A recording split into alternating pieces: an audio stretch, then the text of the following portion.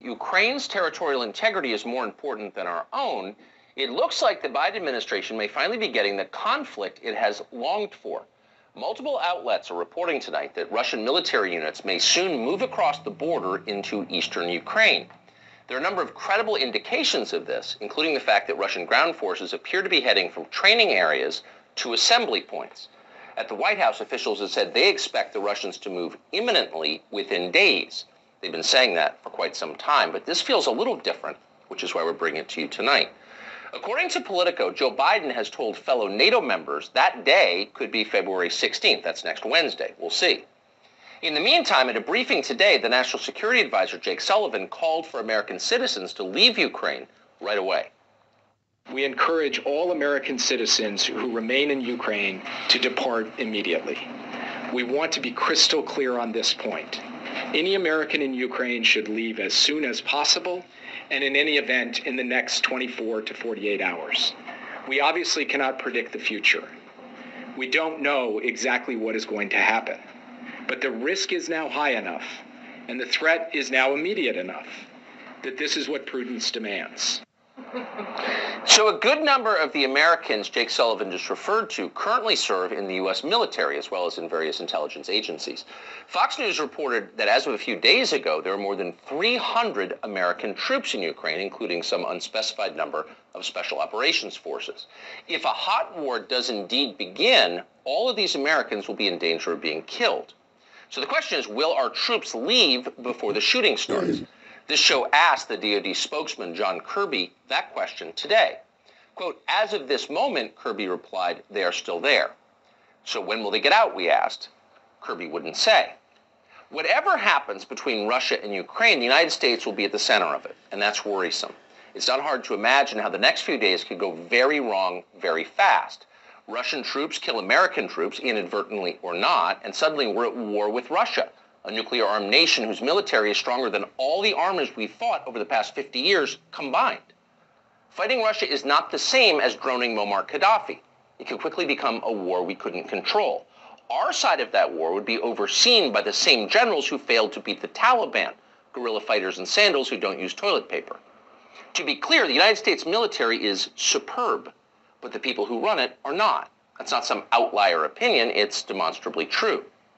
Given that fact, you've got to wonder if the Biden administration's current wild posturing, and it is wild, is it worth the risk? We're open-minded on that question. If it's worth fighting Russia, tell us how it's worth it. Explain how joining a conflict in progress in Eastern Europe would benefit the United States, not just benefit Joe Biden, who's obviously desperate for distraction from his domestic disasters, but how would war with Russia make us stronger and more prosperous?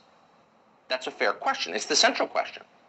And while you're at it, tell us why, if the Russians are such a grave threat to Europe, the Europeans seem a lot less concerned than we are. Biden keeps suggesting that Vladimir Putin wants to swallow Western Europe. If we don't act now, they'll be speaking Russian in Dusseldorf. But if that's true, why aren't the Western Europeans scrambling to defend themselves? They could certainly afford to. Germany is one of the richest countries in the world. In many ways, Germans have a higher standard of living than we do. Yet after 80 years, we are still paying for their defense. Is there a good reason for that? Could it be that defending Western Europe from Russia is a pretext for other goals, goals that remain largely hidden from the American public? Again, it is worth asking those questions and then demanding clear and logical answers to them. In fact, it's essential to do that. A lot hangs in the balance. In the current environment, however, it's not easy. Skepticism is immediately denounced as disloyalty. Ask why we ought to fight Putin, and the hyenas on CNN will accuse you of working for Putin. Take it from us. We're going to keep asking anyway.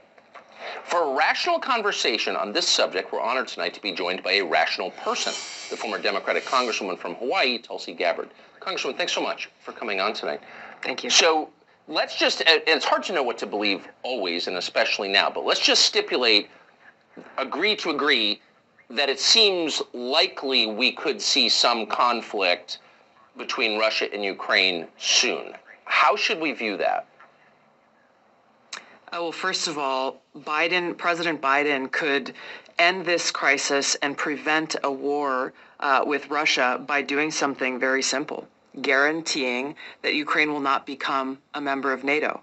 Because if Ukraine became a member of NATO, that would put U.S. and NATO troops directly on the doorstep of Russia, which, as Putin has laid out, would undermine their national security interests. The reality is that it is highly, highly unlikely that Ukraine will ever become a member of NATO anyway. So the question is, why doesn't President Biden and NATO leaders actually just say that and guarantee it? Which begs the question of why are we in this position then? If the answer to this and preventing this war from happening is very clear as day, and really it just points to one conclusion that I can see, which is they actually want Russia to invade Ukraine. Why would they? Because number one, it gives the Biden administration a clear excuse to go and levy draconian sanctions, which are a modern day siege against Russia and the Russian people. And number two, it cements this Cold War in place. Don't eat avocado toast in 2022 before watching